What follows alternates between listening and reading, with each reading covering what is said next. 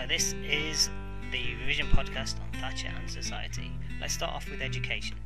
Thatcher felt that education was failing children badly, and our levels of illiteracy were amongst the highest in the EU. The numbers staying on after 16 were among the lowest in the EU. Thatcher did not like education professionals, and she believed that teaching was a national disgrace. She wanted to scupper trendy left teachers. Now, for Thatcher, education was not a priority, but there was a rise in spending on it after 1987. There were 3 Education Acts in total, in 1980, 1986 and 1988.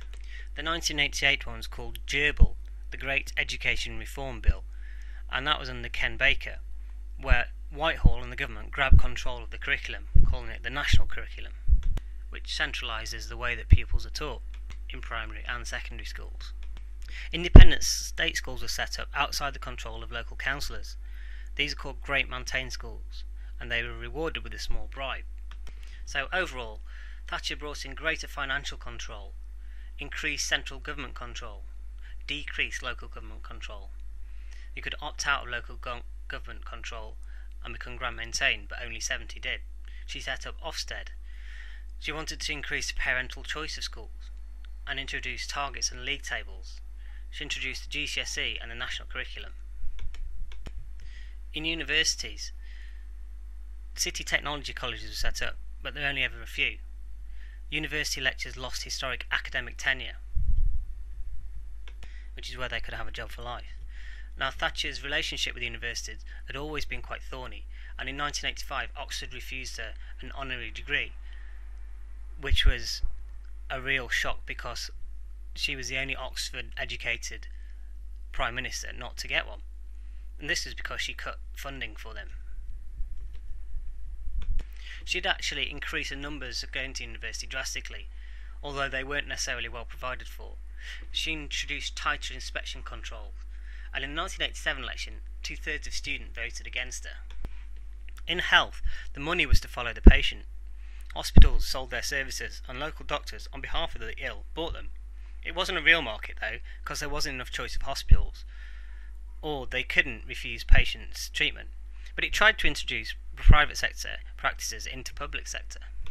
It couldn't privatise, but it introduced competition and choice, and membership of Bupa went up.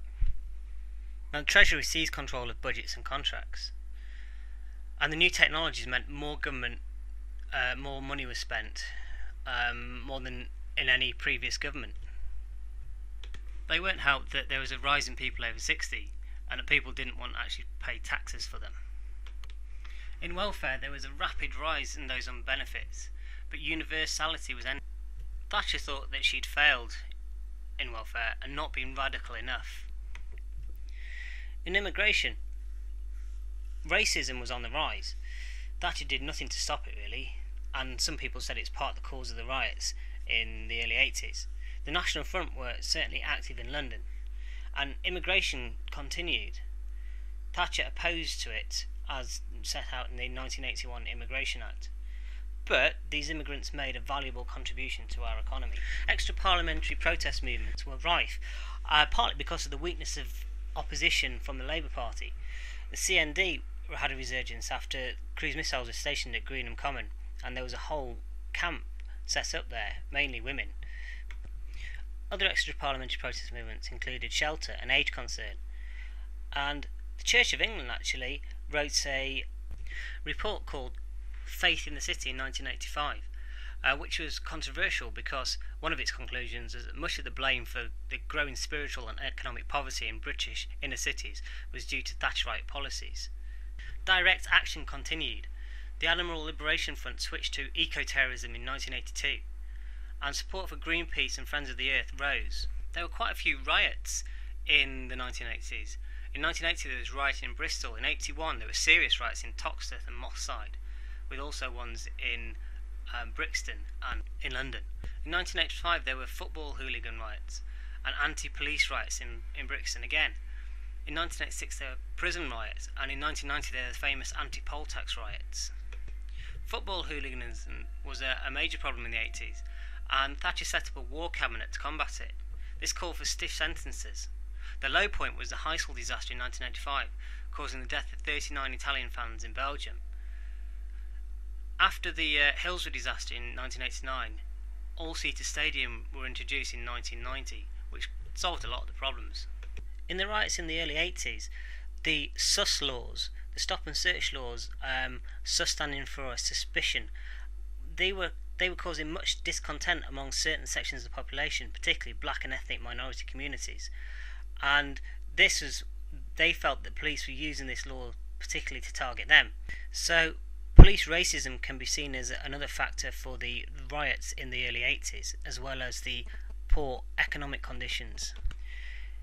In the media, Thatcher was quite good at dealing with the media, particularly as she had a press secretary, Bernard Ingham, who, even though he was before the term spin was actually invented, was certainly a master of it. She also had a lot of support from the Murdoch-owned press.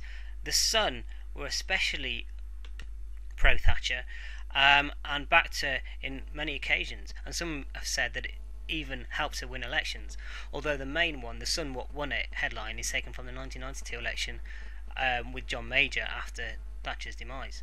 The rest of the media, the weakness of opposition from the Labour Party meant the media saw itself as more critical in opposing Thatcher. There were plays portraying Thatcher's culture of selfishness and greed. There's TV programmes such as Boys from the Black Stuff and Spitting Image, which were very anti-Thatcher, and the Harry Enfield character Loads of Money was also a bit of a swipe at Thatcher's culture of greed. Thatcher, being the first female Prime Minister, maybe actually helped the feminist cause because she was a woman, but she's been described as a woman but not a sister. And there was only one female cabinet member in the 11 years she was in charge. She didn't do anything really to advance the role of women in politics and society, apart from actually being one in a top job. There was also the new problem of AIDS in the 1980s. Now, there had been gay scenes in London after the decriminalisation of homosexuality in the late 60s, but then they spread to Manchester and Edinburgh, the gay scenes, and AIDS came at a time when homosexuals had just had their repression lifted. It was a massive public health scare, and it caused a new frankness about the way we discuss sex. In prosperity, total personal wealth rose by 80% in the 1980s, and house prices were rising, and there was an increase in earning. And this accounted for the rise in prosperity, but especially for those people in the south and the east. The people in the north and Wales and the Midlands and Scotland who had lost their communities and their mines and their factories were obviously not as wealthy as the ones in the south and the east. It's easy to see how Thatcher split society. In privatisation, the middle class got the shares, but for the working class it was less job security, as their state-owned industries had gone, or more likely to get rid of them. They're less reliable in pension provision now, so it caused more militancy. With the right to buy, those who could afford to buy were given generous discounts, and it increased and encouraged social mobility. But the money wasn't reinvested in housing, so there's a shortage of social and council houses for the less well off. It mainly happened in better off areas, and it actually forced some people to actually live in B&Bs because of the shortage of council houses, which cost more for the government. It also overinflated house prices. In the industrial disputes, it meant that the unions were not holding the country to ransom anymore, and you could say it made the country more democratic. But the certainties of working class life eroded, and the high male unemployment caused more social problems like drugs, etc., and it destroyed communities. Let's have a look at some historical interpretation then. Andrew Moore says, like Blair later, Thatcher wanted more choice for the users of state services, especially in the third term. He also says that ministers believed that we were in a virtuous, endless upward spiral of increasing prosperity.